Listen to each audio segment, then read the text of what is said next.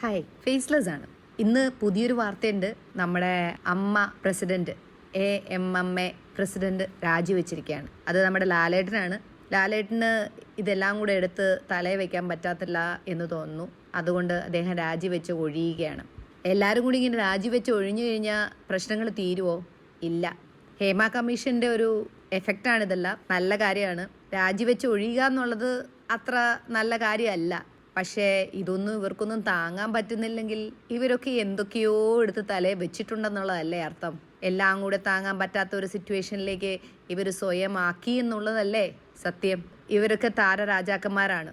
അദ്ദേഹത്തിന് ഒന്നുകില്ലേൽ അദ്ദേഹത്തിന്റെ കൂടെ നിന്ന സഹപ്രവർത്തകരുടെ പാപങ്ങൾ പേറാൻ പറ്റുന്നുണ്ടാവില്ല. വെറുതെ ഇരുന്നിട്ട് സഹപ്രവർത്തകർ ചെയ്തു കൂട്ടിയ പാപങ്ങൾക്കൊക്കെ ഉത്തരം പറയേണ്ടി വരിക എന്ന് പറയുന്നത് ഇത്തിരി ബുദ്ധിമുട്ടുള്ള കാര്യം തന്നെയാണ്. അതല്ലെങ്കിൽ അദ്ദേഹത്തിന്റെ കൈയും കറ പുരണ്ടിട്ടുണ്ടാവുമോ നമുക്കറിയില്ല. പക്ഷെ കഥകൾ കേൾക്കുന്നത് പലതരത്തിലായതുകൊണ്ട് എന്തെങ്കിലും ഒരു ദിവസം സത്യം പുറത്തു വരുമല്ലോ, അപ്പൊ നമുക്ക് കാണാം. എനിവേസ്, ഇപ്പൊ അദ്ദേഹം രാജിവെച്ചിരിക്കുകയാണ്. അദ്ദേഹത്തിന് ഒറ്റയ്ക്ക് ഇതിന് ഉത്തരം പറയാൻ പറ്റില്ല എന്നുള്ള ഒരു സിറ്റുവേഷൻ വന്നതുകൊണ്ട് അദ്ദേഹം രാജിവെച്ചിരിക്കുകയാണ്. മറ്റേ സിദ്ദിഖ് വിളിച്ചോണ്ട് പോയി ആൾക്കാരെ കൂട്ടിനിരുത്തി പറയിപ്പിച്ച പോലെ, അതായത് നമ്മുടെ ജോമോൾ എന്ന് പറയുന്ന നടീനെയൊക്കെ കൂട്ടിന് കുറച്ച് കൂട്ടാളികളെ വിളിച്ചുകൊണ്ട് ഇരുത്തി ഒരു കോൺവെർസേഷൻ നടത്തി, അല്ലെങ്കിൽ കുറച്ച് സ്റ്റേറ്റ്മെന്റുകൾ പറഞ്ഞു, അല്ലെങ്കിൽ അതിനുള്ള എന്തൊക്കെയോ മെഴുകി വെളുപ്പിക്കാൻ ശ്രമിച്ചു. നടന്നില്ല. അപ്പൊ ഈ ജോമോളെ പോലുള്ള നടിമാര് വന്നിട്ട് പറഞ്ഞു അവർക്ക് സംഭവിച്ചിട്ടില്ല, അതുകൊണ്ട് അറിയത്തില്ല. അവർക്ക് സംഭവിച്ചിട്ടില്ല, അത് മാത്രമേ അവർക്ക് അറിയുള്ളൂ. അപ്പൊ ഇതിനെ ഒന്നും കറക്റ്റായ രീതിയിൽ ഉത്തരം തരാൻ ഇവർക്ക് പറ്റിയിട്ടില്ല. അപ്പൊ നമ്മുടെ ലാലേട്ടന് പനിയുമായിരുന്നു, അദ്ദേഹം ഹോസ്പിറ്റലൈസ്ഡും ആയിരുന്നു. ഏതായാലും ഇറങ്ങി വന്നിട്ട് അദ്ദേഹം പനിയൊക്കെ മാറിയപ്പം രാജിവെച്ചിരിക്കുകയാണ്. വീണ്ടും ഞാൻ പറയുകയാണ്, കറ പുരണ്ടിട്ടാണോ അതോ മറ്റുള്ളവരുടെ കറ കണ്ടിട്ടാണോ? എന്തായാലും മുന്നോട്ട് തന്നെ പോട്ടെ.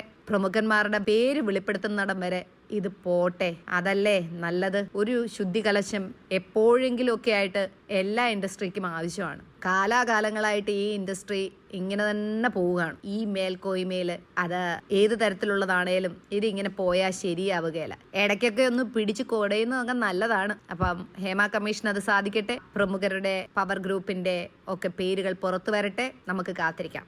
പിന്നെ കുറച്ചു പേര് പറയുന്നത് കേട്ടു, ഭയങ്കര കഷ്ടമാണ് ഈ ഹേമ കമ്മീഷനും ഈ പെണ്ണുങ്ങളും എല്ലാം കൂടെ ഇറങ്ങിത്തിരിച്ച് ഇങ്ങനെ ഒരു വലിയ ഇൻഡസ്ട്രീനെ ഇല്ലാതാക്കുകയാണെന്ന്. ഒന്നുമില്ല. ഈ AMMA സംഘടന പൊളിഞ്ഞാലും ഇവിടെ സിനിമ ഉണ്ടാകും. ഇത് രൂപീകരിക്കുന്നതിന് മുമ്പ് ഇവിടെ സിനിമ ഉണ്ടായിരുന്നില്ലേ, അതുപോലെ ഇവിടെ സിനിമ ഉണ്ടാകും. പിന്നെ പവർ കമ്മിറ്റി, പവർ ഗ്രൂപ്പ്, ഇങ്ങനെയുള്ള സാധനങ്ങളൊന്നും ഇല്ലാതാകും എന്ന് മാത്രമേ ഈ AMMA പൊളിയുന്നതുകൊണ്ടുണ്ടാവുന്നുള്ളൂ. സ്ത്രീകൾക്ക് അവസരം കൊടുത്തു എന്ന് കാണിക്കാൻ വേണ്ടി കമ്മിറ്റിയിൽ കുറച്ചു പേരിരിപ്പുണ്ട്.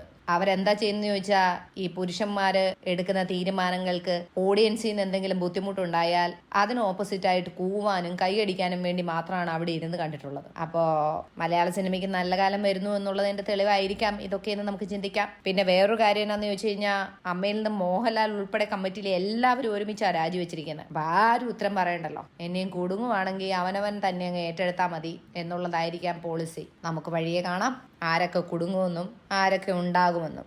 ബൈ.